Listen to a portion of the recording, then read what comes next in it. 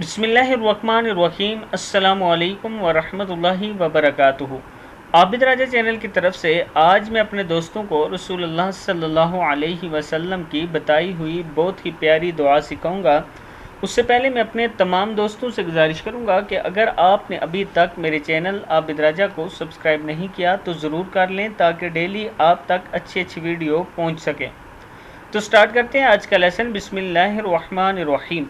हज़रत आयशा सदीक़ा रज़ी अल्लाह ताला अन्हा फरमाती हैं कि रसूलुल्लाह सल्लल्लाहु अलैहि वसल्लम ये दुआ मांगा करते थे, अल्लाहुम्मा जअलनी मिनल्लज़ीना इज़ा अहसनु इस्तबशरू व इज़ा असाउ इस्तगफरू।